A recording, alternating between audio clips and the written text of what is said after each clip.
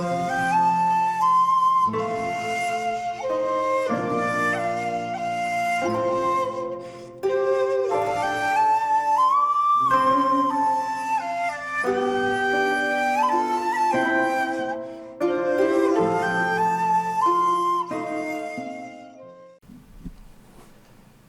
there, this is Solitary from Solitary Films, and welcome to another episode of my Consecutive Criterions, where I go through a run of at least 3 Criterion spine numbers that I have in the collection. As I've said before, I'm not complete in Criterion and never will be, because that would just be one video. So today we're going to talk about spine numbers 562, 563 and 564. I'm not going to talk much about them because, well, at least 2 of them are fairly well known, I would say, and 2 of them are American. Oh, unbelievable. So 562 is Brian De Palma's Blowout. This is just the Blu-ray, Region B. It's now available in Criterion as a 4K, I'm sure. I do have the Arrow edition as well, and I'm sure that'll end up getting a 4K as well as Arrow go through, it seems, their entire catalogue and releasing them in 4K. I'm quite happy with the Blu-ray. This is from 1981, and it's probably one of my favourite Brian De Palma films. It's basically Blow Up, but with sound, even though I would argue it's better than Blow Up. But that's maybe just my Antonioni bias, or my anti-Antonioni bias. I do like Antonioni films, I just don't love many of them that I've seen. This might be John Travolta's finest work, if you don't count Look Who's Talking 6. This has an hour-long interview with De Palma conducted by Noah Baumbach in 2010. There's an interview with Nancy Allen from 2011. It features De Palma's 1967 feature, Murder a la Mode. And there's an interview from 2011 with cameraman Garrett Brown on the Steadicam shots. And there's on-set photographs by photographer Lewis Goldman. And there are essays in the booklet, including Pauline Kael. But the less we talk about Pauline Kael, the better. Her essay is Portrait of the Artist as a Young Gadgeteer.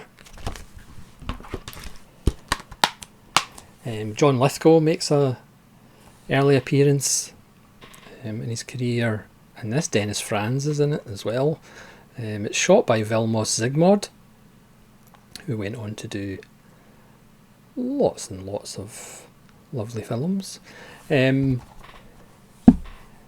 a film that actually takes its time, and it's absolutely wonderful. De Palma again, playfully starting with a film within a film, which he did a few times. Highly recommended. I'm sure everybody has seen Blowout. Number 563. It's a Jonathan Demme film. Again, a filmmaker that I like rather than love. And it's Something Wild with Jeff Daniels, Melanie Griffith, and Ray Liotta in one of his earliest roles, probably. 1986, co-starring John Sayles. Okay, technically he's in one scene as a motorcycle cop, but it counts. Even though I would highly recommend the other film in the Criterion collection called Something Wild, which is about a woman and her reactions to her being sexually assaulted. A bit of a different film, black and white, from the 60s. It's absolutely wonderful. This is a fun little film. I'm sure the first time I saw this was Moviedrome, but I'm sure Moviedrome experts will correct me, but I believe it was Moviedrome with Alex Cox. It's basically a film about the dangers of getting mixed up with women or men that are dangerous and spontaneous and enjoy doing crazy things. Stay away from them. Best not to go outside. Nothing good happens after 6 o'clock at night. This was shot by Tak Fujimoto. There's interviews with Jonathan Demme and screenwriter E. Max Fry. And of course there's a booklet. Again, it's a kind of road movie, as everything goes disastrously wrong for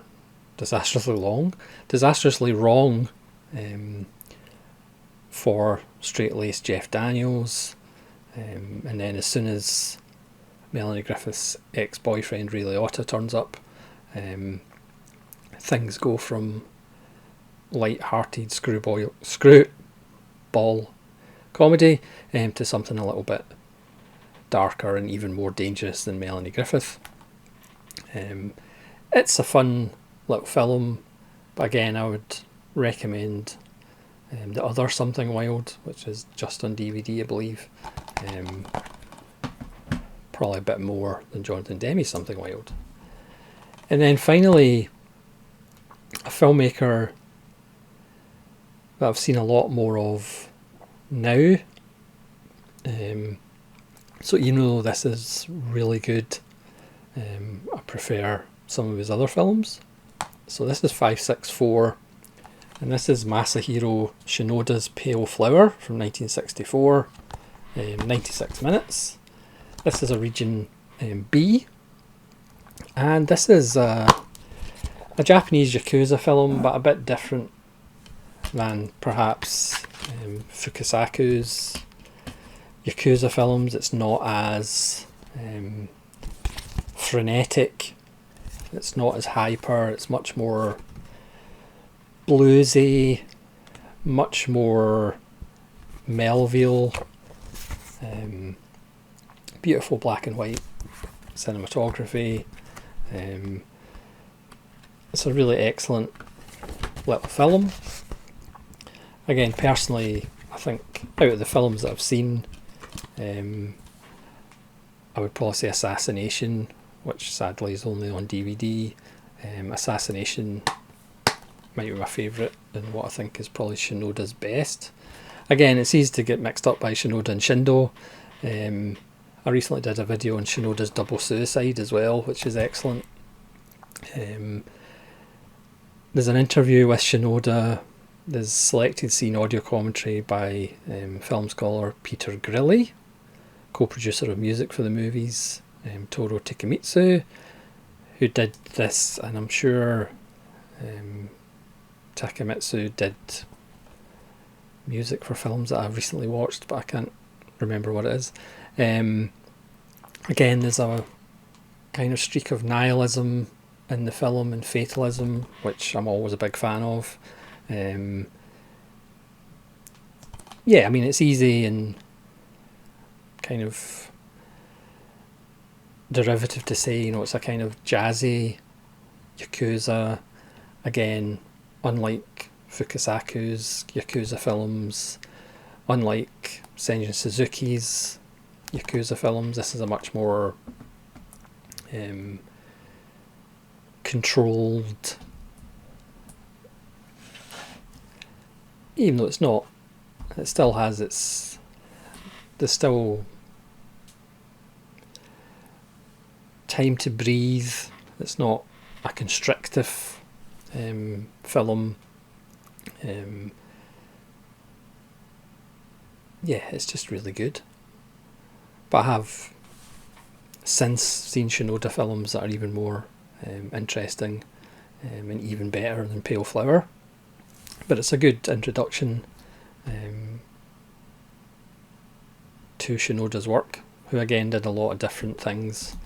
And again, he's another one of these Japanese directors that I really need to explore more of, don't we all? So thanks very much for watching another episode of my Consecutive Criterions. Hopefully you'll join me again for more episodes of my Consecutive Criterions, because I've still got a few to get through. Please let me know what you think about these 3 films, and if you have them in the Criterion editions. And as I said, hopefully you'll join me for more episodes. So this is Solitary Ronin from Solitary Ronin Films, saying farewell.